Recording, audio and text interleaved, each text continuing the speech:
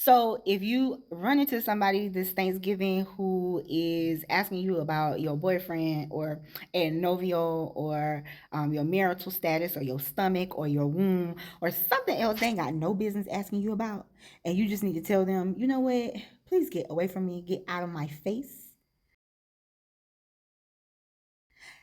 Now you got some options. Say it in Spanish, teach them something at the same time. Okay, so a few ways that you could say this same sentiment. First of all, you could use vete, vete, which means go. You could extend it, add a little bit of spice. You could say vete de mi vista. Vete de mi vista. Vete de mi vista, which means go or get out of my sight. All right?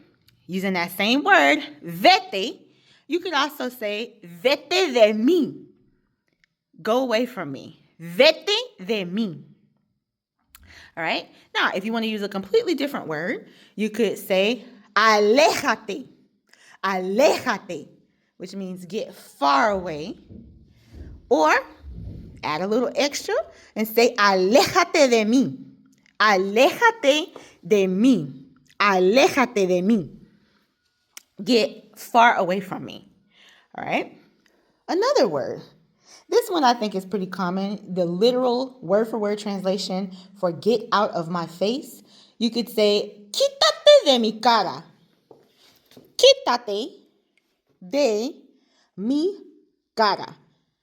Literally means get yourself out of my face. Quítate de mi cara.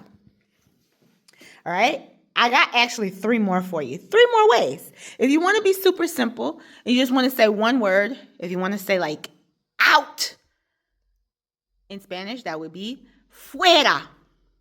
Fuera. All right? You could say échate pa' allá. Échate is like throw yourself, go over there. Pa allá. All right? So that's actually like a shortened version of échate para allá.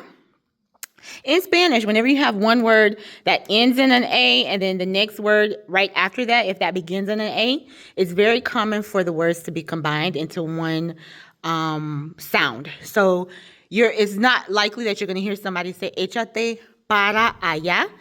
Normally, you would hear échate pa allá instead. And then, like I said, that means to go over there, take yourself over there. Okay? Last one, a little bit more formal, maybe more common with Spanish from Spain. Lárgate. Lárgate. That means leave. So, yes, there's lots of different ways to say the same thing in Spanish. You just choose the one that you like the best, really. But it just kind of depends on the region, the person, the family, the dialect that they use, where you would hear the different options. So, there you go. Hope you learned something. Gracias.